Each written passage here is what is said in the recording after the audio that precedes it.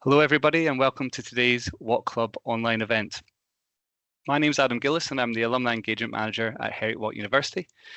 Our alumni team is here to support and grow our global community of over 166,000 alumni based in over 190 countries. We deliver events, activities and resources that support you with your careers and endeavours after graduating and help you to keep in touch with the university and your fellow alumni. We're excited to be here with you today, our alumni and friends around the world, to share the first in a series of 4 online events looking at how Heriot-Watt University is having real-world impact in some of the areas that matter most through our Shaping Futures campaign. The event today is being recorded and will last 1 hour, and we will share a link to the recording afterwards. I'd also like to highlight the question and answer section, so please do feel free to pop any questions you have in there and we'll try and answer as many of those questions we can at the end. Today, we're really excited to introduce to you our Shaping Futures campaign. We're going to tell you what it's all about and why it matters to you, and we'll be focusing on one of the key themes, driving sustainability. You'll hear how we're using world-class research to develop bold, innovative solutions to some of the biggest sustainability challenges facing our planet. And importantly, we'll share how you can get involved by helping raise the profile of the campaign and by directly supporting some of our truly inspirational projects. So let's do this together. As a Heriot-Watt community, it's time to lead the way to a sustainable future for the world. I'm delighted to be joined by Professor Tig O'Donovan, Heriot-Watt University's Chief Scientist and Deputy Vice Principal for the Dubai campus, who will be giving us an overview of the Drive Sustainability theme, as well as telling us more about our plans for an exciting new project, the Sustainability Hub. During the questions and answer section of today's event, we'll also be joined by 2 more leading academics from the university, Professor Gabriela Madero, Associate Principal for Enterprise and one of our academic co-leads for our INET-Z Plus Global Research Institute, as well as Professor Michael Kaiser, who's the co-director of the Lyle Centre, which is another of our global research institutes. So what is the Shaping Futures campaign and why does it matter? Well, at Heriot-Watt University, we don't just imagine a better future, we shape it. Our Shaping Futures campaign is bold and transformative. It's designed to tackle some of the world's most pressing challenges by building on our proud heritage of creating extraordinary pathways to education, pioneering cutting-edge research, and forging strong partnerships with business and industry. The campaign has 4 distinct themes. Number 1, we're going to empower through education. We're going to support initiatives that widen access to higher education and enrich the student experience, helping more people thrive in a rapidly changing world. Number 2, we're going to drive sustainability.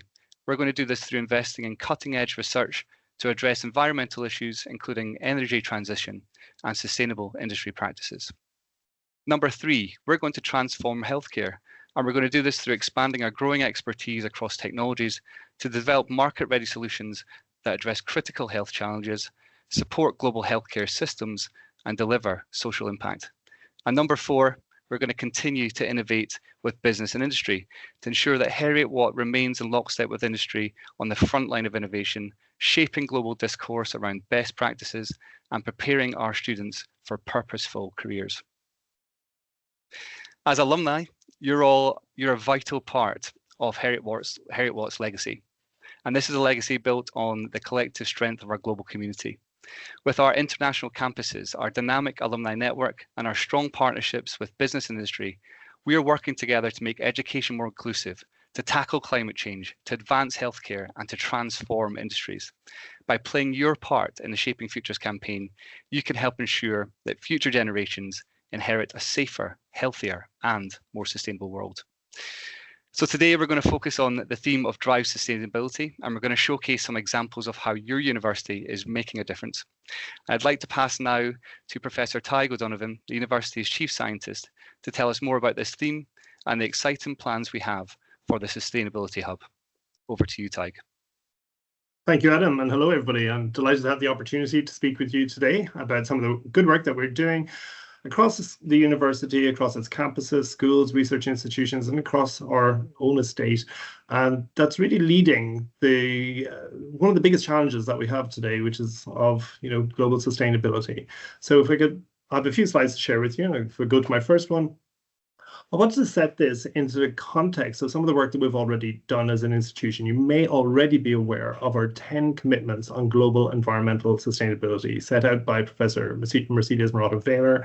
And these are real tangible commitments that go across nearly everything that the university does here. And in one way, we're looking at, how we as an organization are using energy, how the impact that we're having on the environment, and our commitment to reducing our emissions to net zero on or before 2035.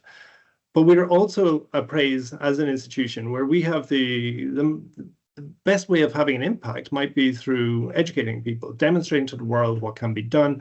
And so you'll see through these commitments a range of different tangible commitments that we are working very hard to achieving to really have that sustainable impact. So this is the context in which I'm going to give this presentation. So if I could go to my next slide. This led effectively to our climate action framework. And in this framework, we set out a roadmap on how we would focus. And the bit I'm going to focus on is particularly our energy use, based on emissions as well. You can see here on the graph on the left-hand side, our appraisal of the amount of emissions that we had back in 2018, 2019. And then you have this waterfall of showing all the different initiatives and impacts that we're going to have that's going to reduce those emissions to net zero before 2035. So by clicking on the next one, you'll see some of the areas in which I'm going to focus my presentation. And there are three here, largely around the energy that we use. So effectively, what we're trying to do is reduce the energy that we use. That might be through the insulation of buildings, for example, reducing our demand worldwide, but also by increasing the proportion of the energy that we use from renewable energy resources.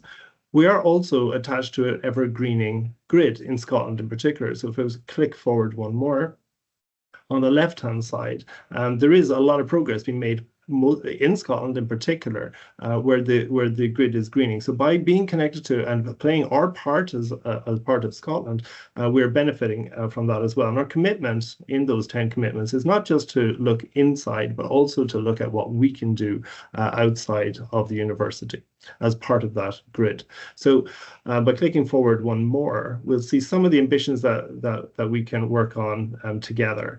And what we would like to do in one way is, while we want to stay connected to that grid, we might want to reduce our reliance on that grid and increase the proportion of the energy that we use from renewable energy sources. So if we click forward,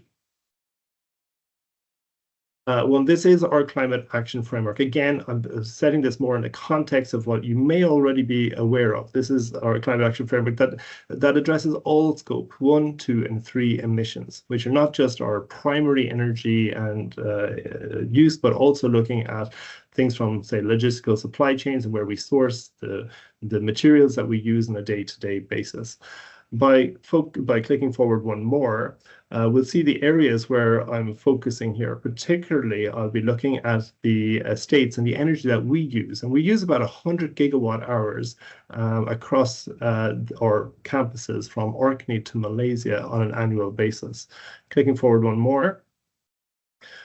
What we are, as a very digital first university, we see a huge value in understanding our data, understanding how we use that energy so that we can make very good and informed decisions. And then we'd be able to take those decisions and help to inform others to go on a similar decarbonization journey. And by clicking one further, when we do this, we want to really activate all parts of the university, creating research opportunities where we as an institution that has a global footprint has better insights, better data that can help us do research that just nobody else can, and also to benefit of our students wherever they're studying. So as we click forward, this is where I will introduce the Sustainability Hub. So the Sustainability Hub is a project that we're embarking on that will bring all of this together. So it will be a physical building, yes, but ultimately it will be a focal point where we were able to host discussions, where we're able to represent data, where we're able to do research, and we're able to connect with our communities and demonstrate. And that word demonstration is so very important. Demonstrate the potential of clean and green technology to reduce our impact on the environment and increase our sustainability.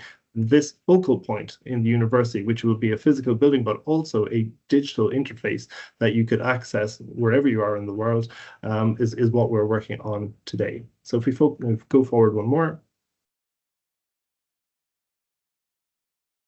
Progress the slides one further. Excellent. This is our ambition in words.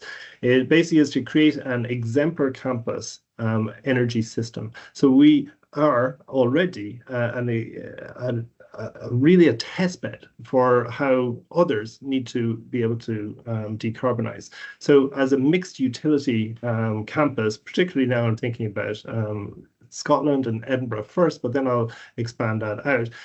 We have huge numbers of utilities. So we have domestic from our student accommodation. We have business units, we have recreational. We are in effect very similar to a small town or village. And we therefore have a really interesting test bed, a really interesting challenge where we can, if we're able to demonstrate how you can decarbonize something like this, the impact of what we do could easily be translated, not just across Scotland, but internationally. So we'll be looking at the integration of our energy generation and supply. This is a very data-driven approach. We'll be developing and implementing the technologies of the future. So not only will we be maybe adopting some of the great technology that's already there, but we see huge value in investing and working with those at the cutting edge of new technologies so that we're able to help them develop their full potential and give them a platform that they might not otherwise have had. And this is building on a lot of the work that we did during COP28 on the Dubai campus, where we had our climate hub showcasing over 35 different technologies on the campus at the time. So if we progress one more, I think what I wanted to do now was take the opportunity to take you on a kind of an energy tour of the of our university through a Google map. So I'm just going to share this now. Press the button. And well, you don't need a lesson in geography for us to perhaps start in Orkney. Now, I won't say too much about Orkney because I know Adam has an opportunity later to say more about it. But here we're first of all aware of the energy that we use, and it's strategically important for us. It's one of the most energy aware parts of the world, I would say. With by driving around, you would see solar panels and wind turbines, and the potential for tidal and wave is also huge there. As we progress to our campus in Edinburgh, it uses about 45 gigawatt hours, which is just short of 50% of our energy use around the world across all of our campuses. What you may or may not know is that we're building fantastic infrastructure at the moment. The National Roboterium is an exemplar building with integrated solar contributing about 14% of its energy use annually. But it's also a very low energy demand building. This facade that you can see on the right-hand side here, this glazing, attracts solar and maintains a very good thermal comfort throughout the year.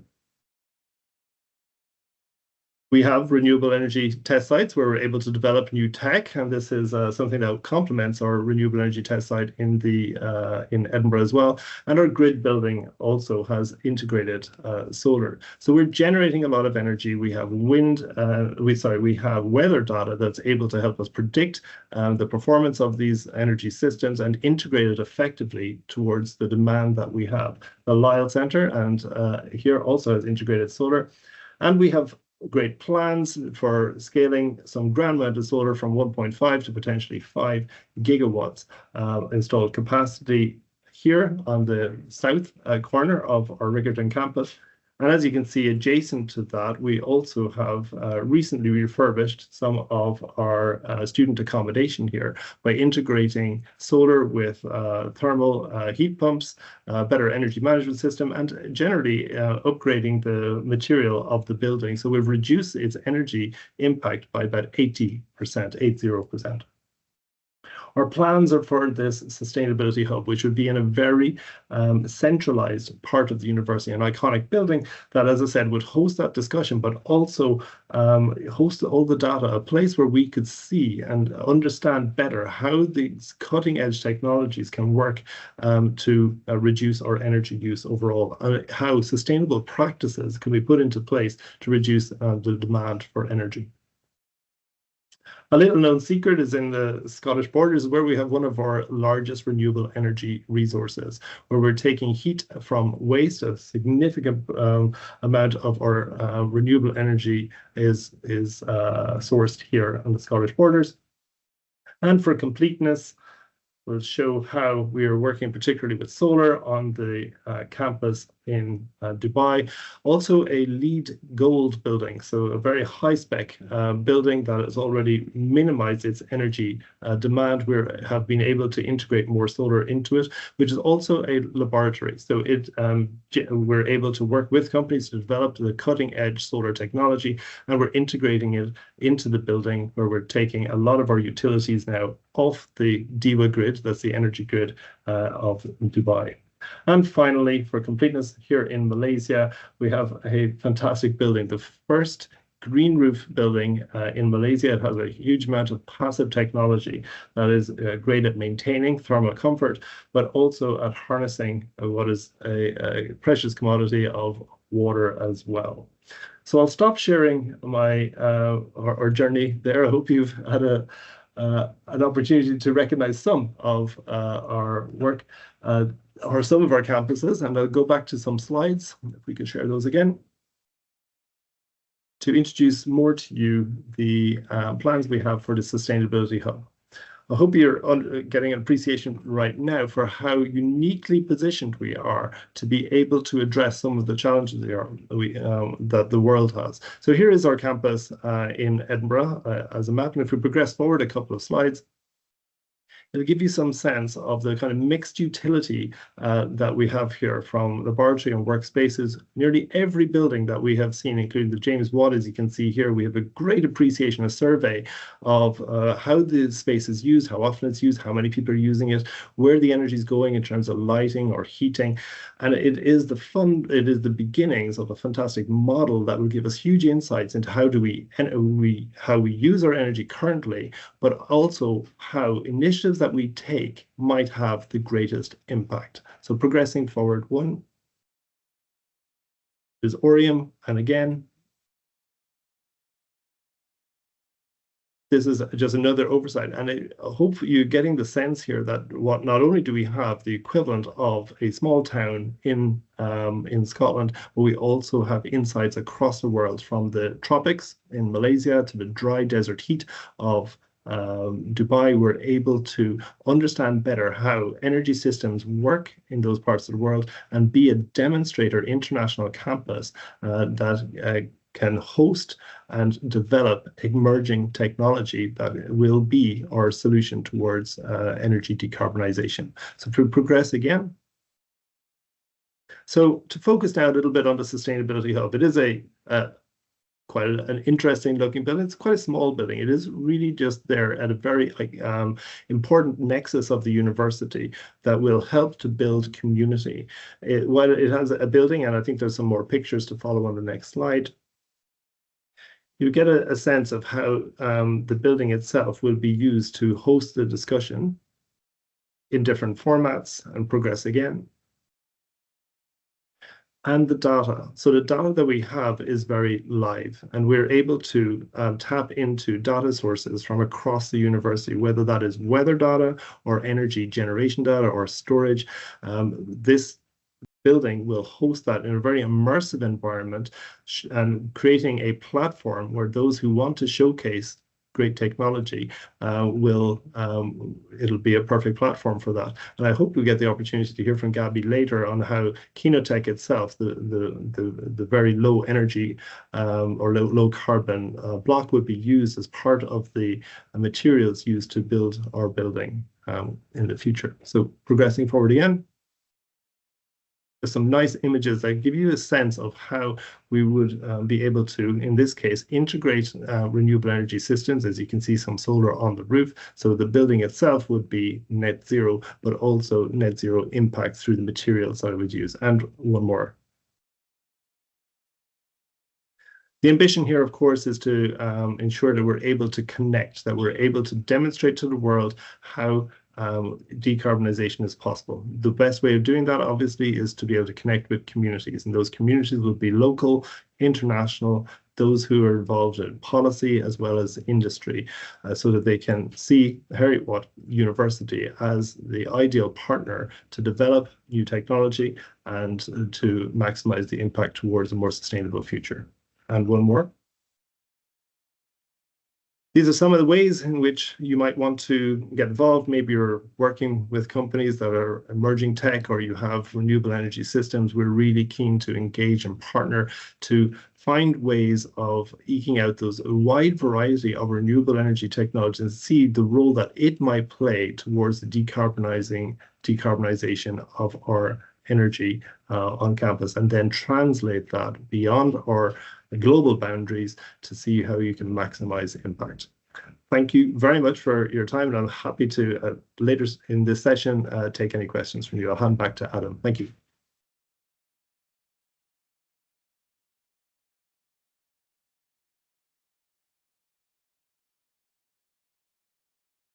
Thank you very much, Tig, for sharing our approach to driving sustainability through our campuses and the inspirational plans for the Sustainability Hub. It's amazing to see the campuses being used as a test bed for this technology, and it's so exciting about with having a prospect to showcase some of the technology and innovation happening in partnership together with the institution. So if anyone has any questions for Professor O'Donovan, please put them in the question and answer section, and we'll get to those at the end of the session. Now, Tig mentioned our Orkney campus, and now that you've seen the impact of our Sustainability Hub, we're excited to take you even further. Under our Drive Sustainability theme, we've got some truly inspiring examples to share with you today, some real stories of innovation, collaboration, and bold action that are helping to shape a more sustainable future. So let's dive into those and explore what's possible when we put our vision into motion. And first of all, I'm going to talk about the Orkney campus. It's known as the International Centre for Island Technology, and it's based right at the heart of Orkney's world-leading energy industry. And it's really had some remarkable impact and success in the last few years. On the research front, it's a global leader in marine and renewable energy, particularly in wave and tidal energy. For industry, it's helped establish the European Marine Energy Centre, which makes Orkney a hub for marine energy testing. For the local economy, the centre has contributed to well over £8 million, and it's created over 100 jobs through spin-out companies and through partnerships. And its research has also underpinned £3 billion worth of capital investment via marine energy leases. For the environment, our campus supports sustainable energy transition, informing environmental policy and reduces the ecological impact of energy infrastructure. And for students, the Orkney campus offers a truly unique hands-on learning environment. Essentially, it's a living laboratory where students engage directly with cutting-edge sustainability and marine science challenges. It also supports postgraduate teaching and PhD research, which fosters the next generation of environmental and energy experts. So it's a really brilliant example of how a small remote campus can have a global ripple effect. And we've got a video now which we're going to share, which tells you more about what it's like to study in Orkney and some of the unique benefits of doing so.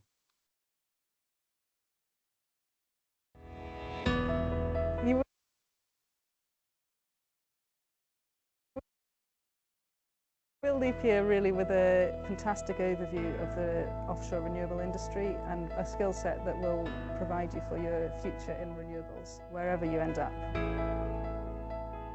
As part of the university, you just feel so part of that community. Everybody's just so welcoming, both in and outside. It gave me a nice, smooth transition from a normal mechanical engineer to be a mechanical engineer that could apply my knowledge to the marine world. It's not even networking, you're just meeting the people you might want to work with.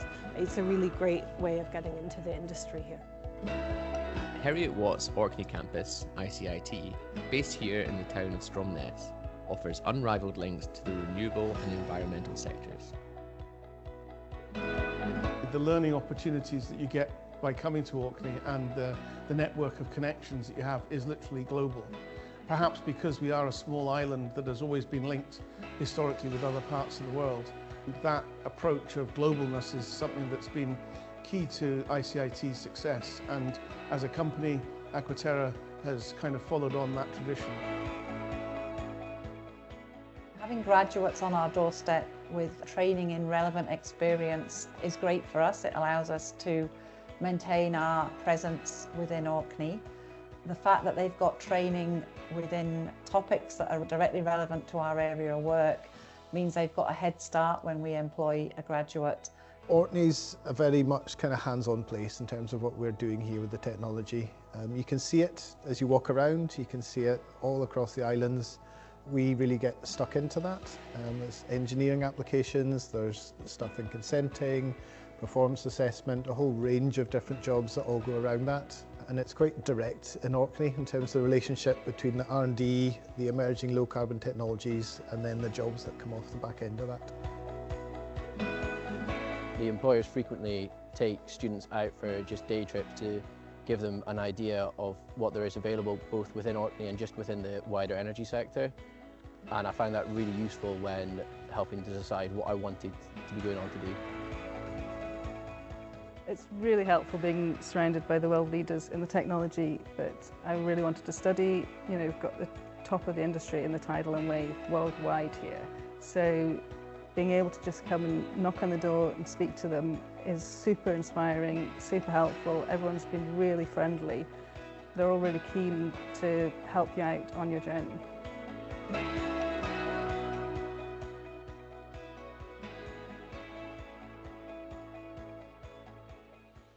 think there is a big advantages of the university here, and it has to do as well with the community.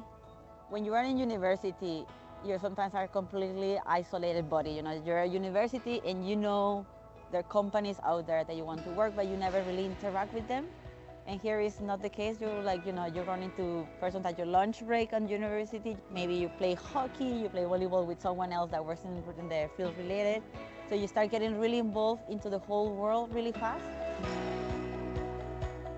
I absolutely loved being here. I mean, for me, I had sort of two goals with my study. One was for the year here to be a really great experience. I've been working for 20 years and it was a chance to have a really interesting and exciting experience per year, and I love that. Orkney's got a really vibrant culture and community and amazing wildlife and nature, so that was really great and fun. And then my second goal obviously was to change careers and change my life, and you know, both of those things happened for me here.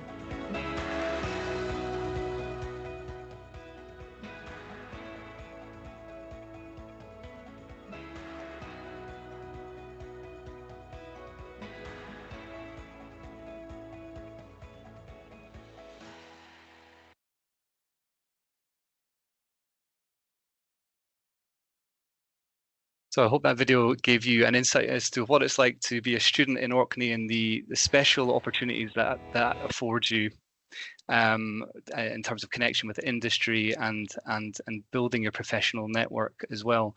We really are meeting the needs of industry, and many of our graduates go on into jobs with those local companies. There's a great example of a spin-out company actually out of the Orkney campus in the Watt Club magazine. In one of our sustainability articles, we've shared the link to the Watt Club magazine in the chat, and please do go on and read that. It's an amazing piece of tidal technology which is having a real impact in this renewable space. So what are we doing now at university, and how are we supporting students at the Orkney campus, and how can you also help support that? Well, as you saw, we're producing graduates with the skills and the knowledge, but also the network and connections to go out and shape the future.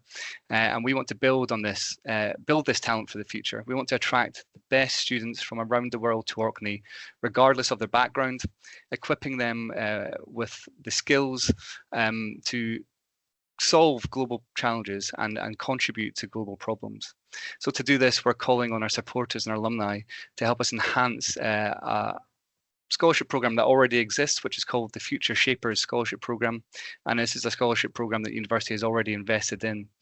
Through this scholarship program, we hope to support individuals to access an education in Orkney, giving them access to this unique learning environment. And the scholarship is open to postgraduate degrees like marine renewable energy, international marine science, or renewable energy development. So if you're interested in supporting someone to study at the Orkney campus who might not ordinarily have the opportunity to do so, please do get in touch. We'd love to hear from you and to discuss this further. So let's turn now to our global research institutes, and specifically we're going to talk about our INET-Z Plus Institute. One of the most ambitious parts of Heriot-Watt's mission is tackling the global climate emergency head-on, and at the core of this effort is the INET-Z Plus, which is a global research institute for net zero and beyond. So this institute brings together world-class researchers from different campuses in Scotland, Malaysia and Dubai to deliver real-world, market-ready solutions which tackle the climate problem.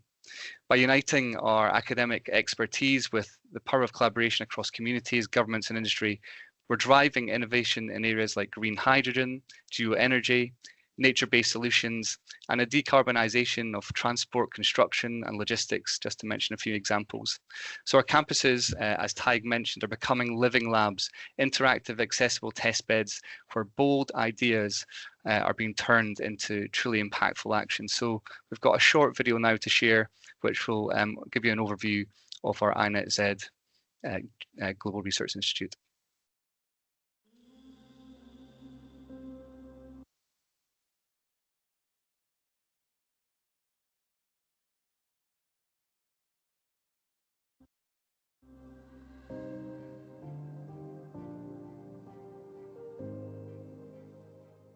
At INET Plus, we're addressing some of the most pressing problems that we are facing at this time.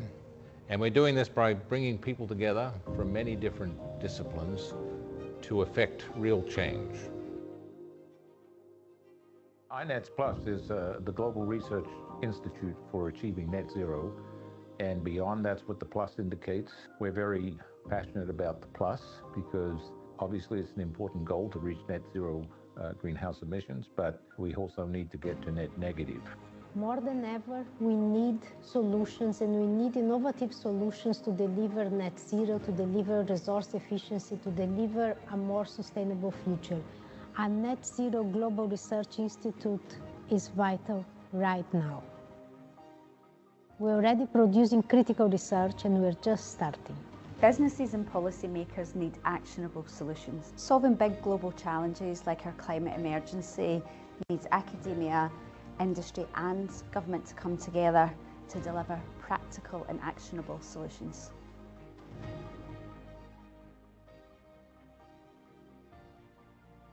The possibilities are endless when we work together towards a common goal, a carbon neutral future for us and our children.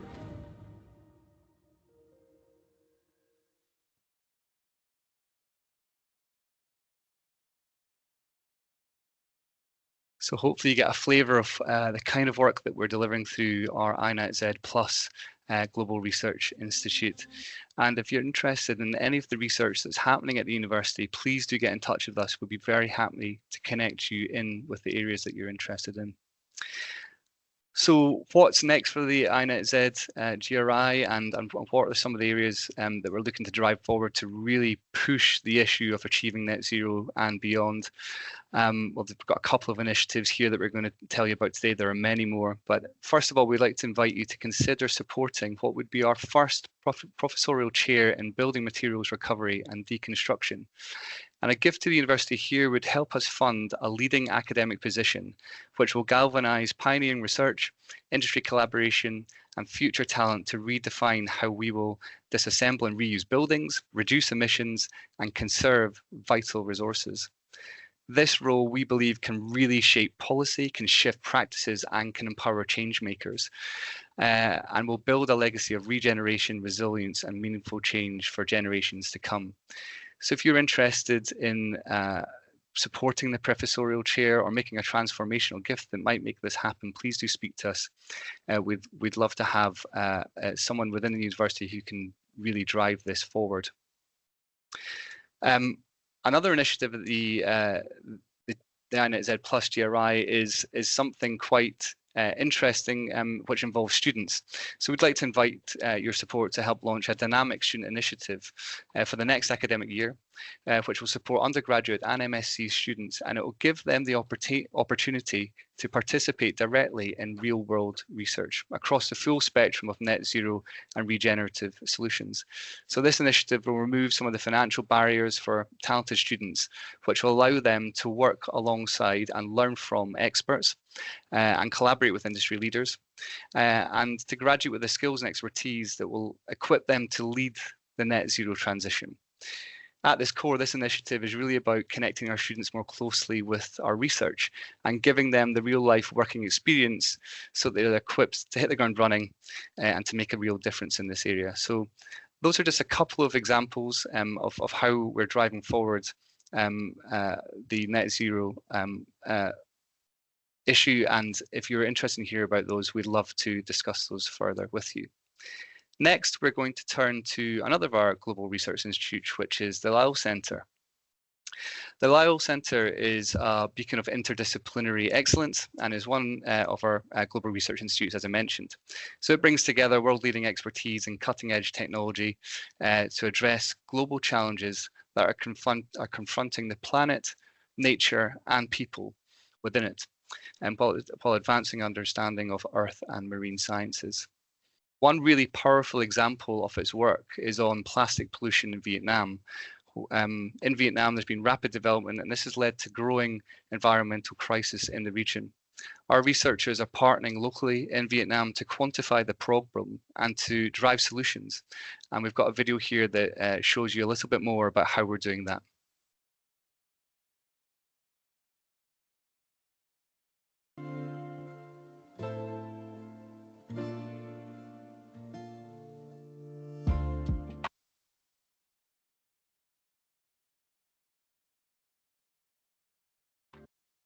What makes this project different to many other plastics projects, and there are hundreds of those out there, is that we are looking at the trajectory, how the plastic is moving from the source. So it can be deep inland, through the rivers typically, to the coastline, and then along the coastline. So from source to sink. Vietnam is in the top 10 of those countries that discharge waste into the world. And I've seen other estimates that 4% of the plastic in the world's oceans is sourced from Vietnam. So we found that the fishermen, especially the nearshore fisher, are the one who got impacted the most. So they lose a lot of time and money trying to deal with plastic at sea. And if you're 100 miles offshore, what else can you do other than jump in the seawater? And that's when serious accidents happen. And the other concern is what the potential unforeseen effects of plastic waste might be. We've been looking at how these plastic particles impact gas exchange. Water and aquatic life needs oxygen to survive. And so you could imagine in a freshwater environment where this plastic pollution exists, if it's reducing the amount of oxygen that can get into the water, you're obviously reducing the ability of aquatic species to live within that water body. One of the important questions is, where do all the plastics go once they come into the sea from the river? So that is where you need a detailed model to provide information on the coastal current field, and also allows you to simulate where all the plastic particles go in your model, basically. And that will tells you very rich, detailed information of their fate and pathways in the ocean. It shows how we can use hard science models, science that typically is very inaccessible to farmers, fishermen, children, local communities, and we can use that together with community engagement, together with social science methods. We can intercept these plastic waste early on. What is key is, of course, that we engage younger people. So education, education, education. It's always the same. Education starts with little kids, and it's always super fun, so you have to make it really fun, and we had a lot of fun out there. The community engagement we've had has been very, very positive, people showing a very strong willingness to want to do something to solve this particular problem.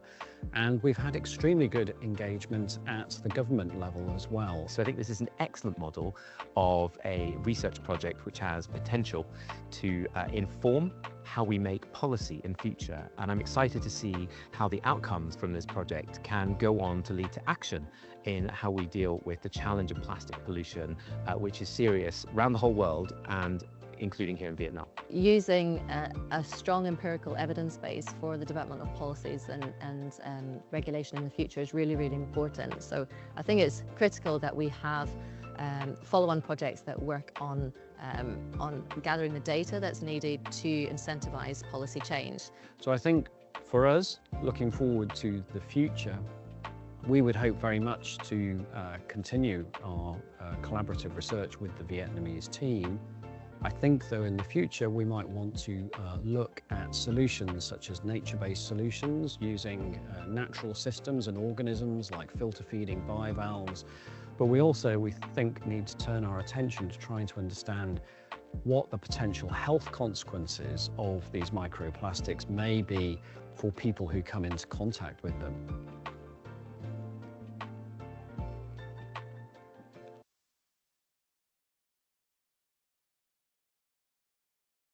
So as I mentioned, I think this is a really good example of our research in action. And at the end of the video there, you saw the power of partnerships and collaboration in order to tackle big global problems like this, which is so integral. And this is just one example of research initiatives coming out of the Lyle Centre. There are many more, from the deep subsurface of the Earth to the surface of our oceans and catchments of our rainforests, the polar regions to the tropics. We're committed to finding sustainable solutions to the grand challenges that are facing human society and our planet. So what's next for the Lyle Centre, and how can you get involved and how can you help? Well, again, if you're interested in any of the research coming out of the Lyle Centre, please do go and explore some of the links that we've shared in the chat and the question and answer section today. You can find out more there, but you can also get in touch with us directly, so please don't hesitate to reach out. Secondly, on the plastics theme, you can help us take the next bold step in tackling plastic pollution by building on the success of our current research. So we aim to deepen our impact for coastal communities in Vietnam and beyond. And a key part of this effort is retaining our dedicated postdoctoral researcher whose collaboration with local partners has been vital to the project's success. So with your support, we can keep this momentum going and drive even greater change where it's needed most. If this interests you, please do get in touch. We'd love to have a discussion how we can make this happen and continue this really impactful, important research. Thirdly, there are opportunities through the Lyle Centre to empower the next generation of climate leaders by supporting MSc scholarships in the Global Environmental Change Policy MSc programme. These scholarships are more than just about funding. They're actually about investing in people who will have the passion and the potential to tackle the world's most complex challenges, from climate change to social and policy transformation. So just like our Orkney scholarships, we're building the talent for the future and the talent that the world needs in the future, but we can't do it without your support.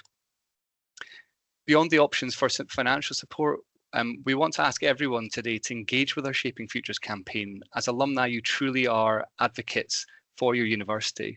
So please do help us spread the word about the impact we're having and the research that we're delivering, and help us promote what we're doing to drive sustainability.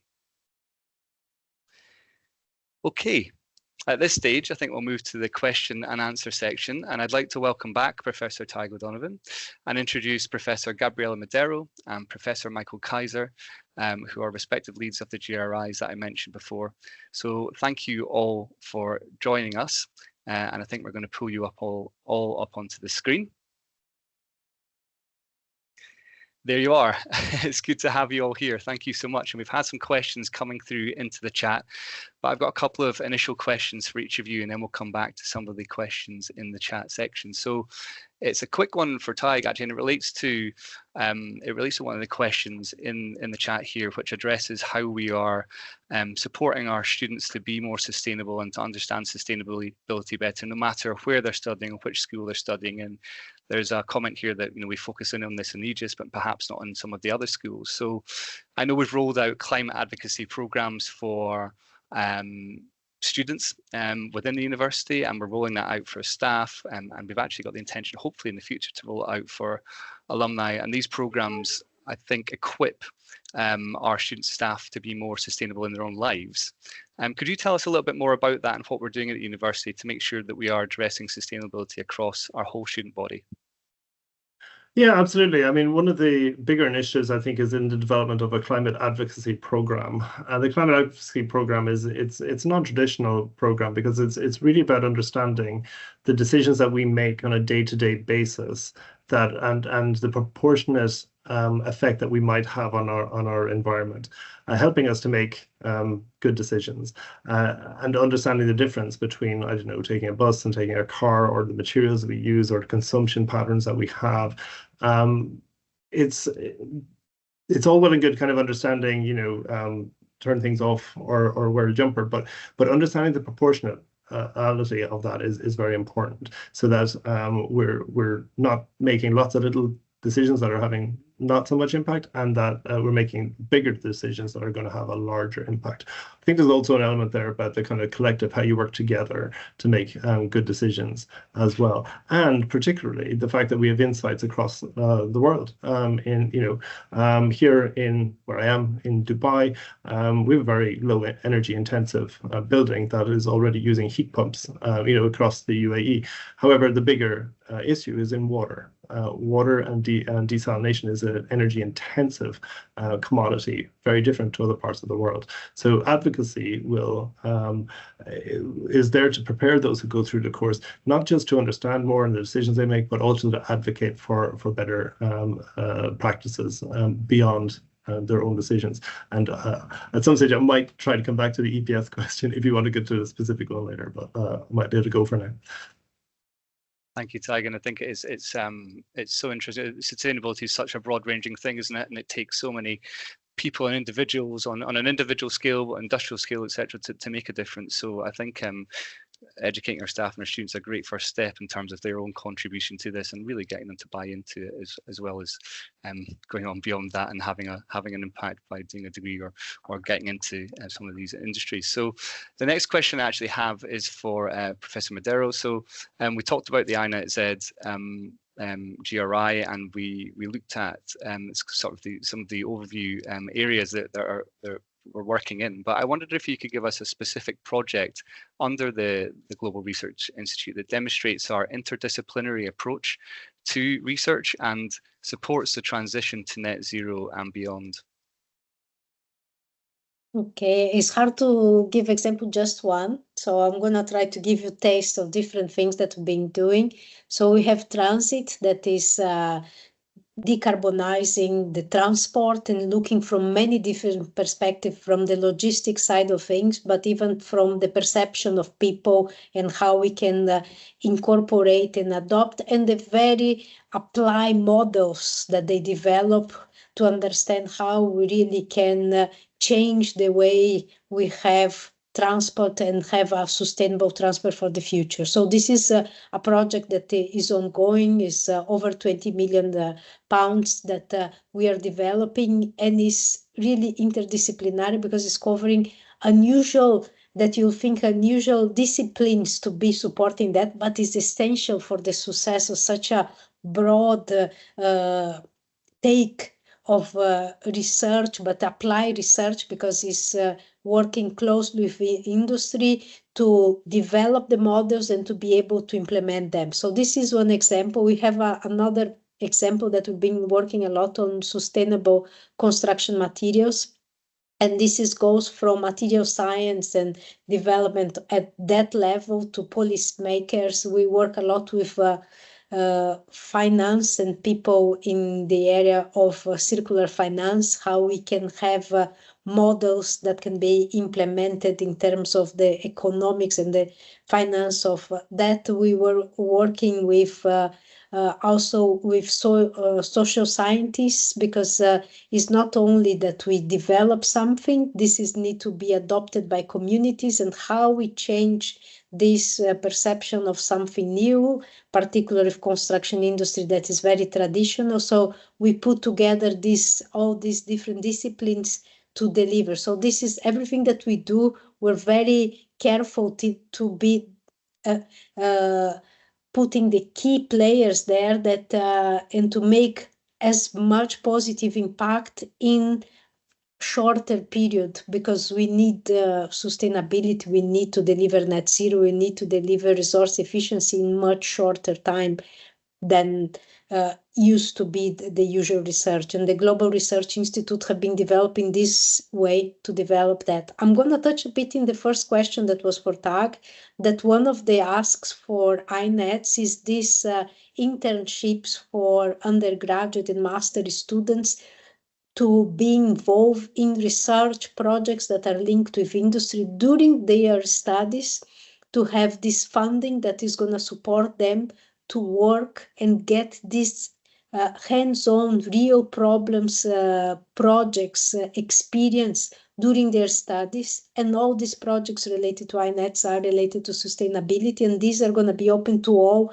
our undergraduate and master's students, from psychology to engineering, and any school from EPS, Aegis, SOS, and School of Textiles, that we do actually a lot of development of sustainable building materials with textiles. That is unusual. So we're putting areas that not usually work together. We're putting them in a clever and strategic way together, that are fast tracking our impact and the deliver of the projects. Thank you, Gabby. And I think this initiative is so exciting, because you're giving students not only the opportunity to work on these projects, but to work in a way that they'll be working in the real world as well. We don't work in silos, and we have to work together. So I think this is a truly interesting project, and I'm excited to see how it evolves. And you mentioned some of the innovations coming through, and the construction area, and Tig mentioned the K-brake as well, which you are the inventor of, and we'd love to, and have worked, and we've had some great news on that recently. But we might come back to that in a few minutes' time. And I think there's ambitions to use the K-brake in the building of the sustainable hub. Well, maybe to be decided, but that's the idea. Michael, that's the plan. There'll be a great example, perhaps a great example of how we can utilize it. Michael, we'll come to you for the next question. And the video was great, and I think it gives a real insight into a really strong example of some of the research and the partnership that's going on to tackle the plastic problems in Vietnam. And it was touched on in the video, but I wonder if you could give us a little bit more insight into how this plastic problem in Vietnam is actually directly affecting fishermen and fishing communities on the coast, because it's having a real impact, isn't it? It is, and there's a good reason why we've concentrated our research efforts on the impact on coastal communities. And one of the key problems that emerges is that they are impacted by waste from the land that flows into river systems and then into the coast. But they're also impacted by waste from other countries in the region, for example, Indonesia and China, that also arrives in their waters as well. So if you like, coastal communities are squeezed between land-based waste and also marine-based waste as well, and they really feel the impact. And the other thing to realize is that people who live in the big cities inland in Vietnam, they don't see or understand how the waste they throw into the rivers or just the system in general is impacting the lives and the livelihoods and well-being of people at the coast. And so when we spoke to fishermen, we spoke to over 600 fishermen across Vietnam using face-to-face interviews, both in the Mekong Delta and the Red River Delta region. And the consistent story that we were getting back was the actual economic cost to them. So the fishermen don't describe picking plastic out of their catch of fish. They talk about picking the fish out of the plastic waste. And when we actually put observers on the boats, we can quantify that they're losing between 10 and 25% of their annual income a year as a result of the interference of plastic. And what that also means is it has a wider knock-on effect. It means that the fishermen have to spend more time fishing to maintain their livelihoods. And if you spend more time fishing, that's going to undermine sustainability of fisheries, but it's also going to have a wider impact on other coastal systems and biodiversity as well.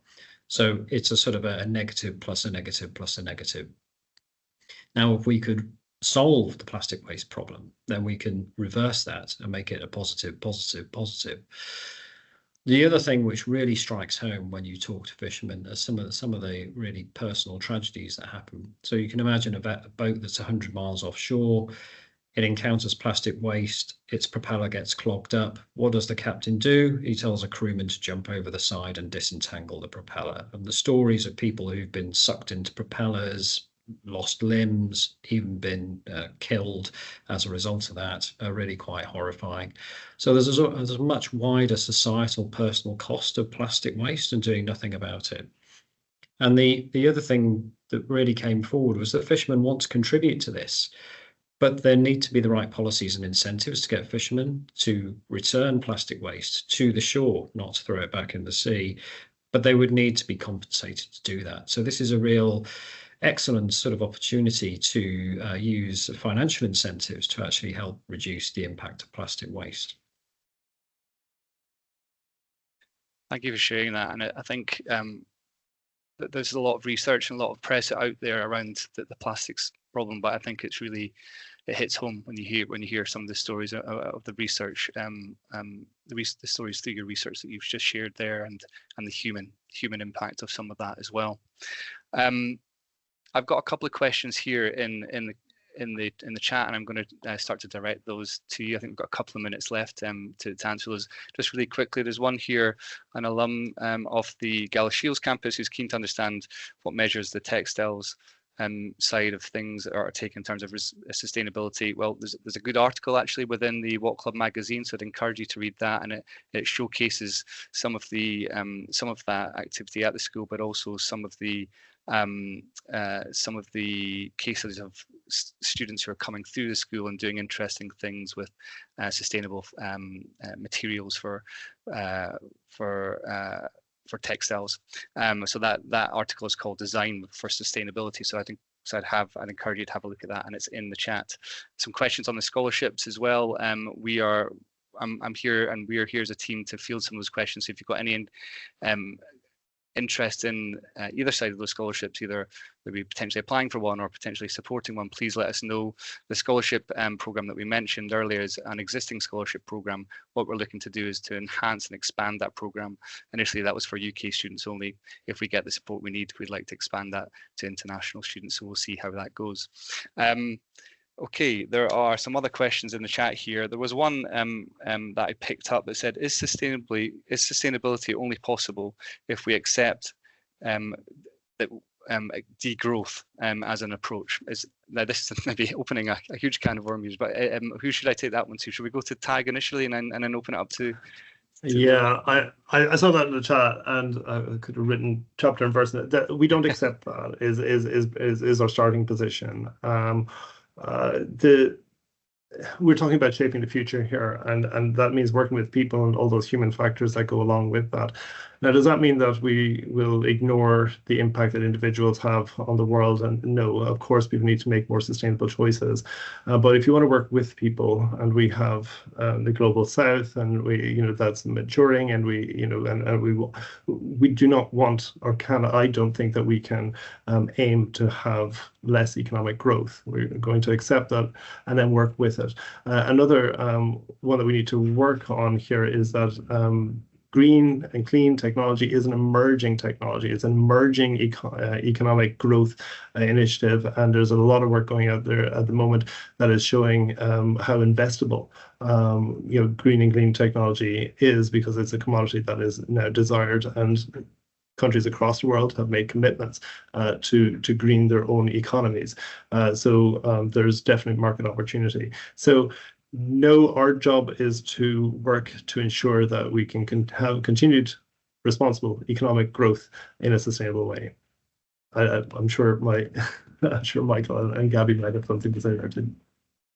I think there are opportunities for innovate, as you said, innovation and development, and you know, for example, the KRIC, as we talked about earlier, in terms of driving economic growth in these areas and commercializing ideas. So we are running short of time. There are some interesting questions in the chat there, which we will try and pick up. There's one there potentially for you, Michael, in terms of the behaviours and supply chain, stopping plastics getting into the ocean in the first instance. There's some others in there around how do we use, is there possibilities for using water that has been trapped in old coal mines and shale areas for energy uses in the future, but I'm afraid we've run out of time. So we will try and answer some of those questions retrospectively, but if you've got any other questions for myself or for the expert panelists that we have on this afternoon, please do direct those to us, because we'd love to follow up on those with you and have a conversation if you'd like to delve into our research deeper. So at this stage, I will say thank you to all of our expert panelists. Thank you so much for your time and joining us today, and I'll say thank you to everybody for your questions. I'm now going to just wrap up and say a few words in conclusion for today's event. So, you know, we hope as an alumni audience today that you feel really proud of what Heriot-Watt is achieving, and you're excited about our ambitions to shape the future and drive sustainability. I've mentioned it a couple of times on this session, but please do explore and find out more by reading some of the links we shared in the chat function, and we will share a recording of this event. And please help us spread the word. As I mentioned before, you are advocates. So remember, how can you help us support to drive sustainability at Heriot-Watt? Well, help us spread the word. Help us raise the profile of the work that we're doing. Feel free to share our social media posts, to listen to our podcasts and share those, to share our news articles, to tell people, colleagues, business partners, or otherwise how we're driving sustainability. And if anyone would like to get in touch with us, please do point them in our direction. You can support our students and our research by making a gift to the university. And if you attribute some of your career success to your Heriot-Watt education, you can pass this forward by supporting a scholarship or a research project that will make a real difference, not only for individuals, but for the world. And as I mentioned earlier, you can definitely connect us into business and industry. And if anyone is interested in collaboration or partnership with us, we'd always have that conversation. Finally, please stay connected with us. Please make sure that you're receiving our latest news updates and our inspirational stories from our global Heriot-Watt family. And the last thing is to say thank you for joining us again today. We look forward to seeing you in the next online event, where we will explore our next campaign theme. But in the meantime, remember, together we can shape the future.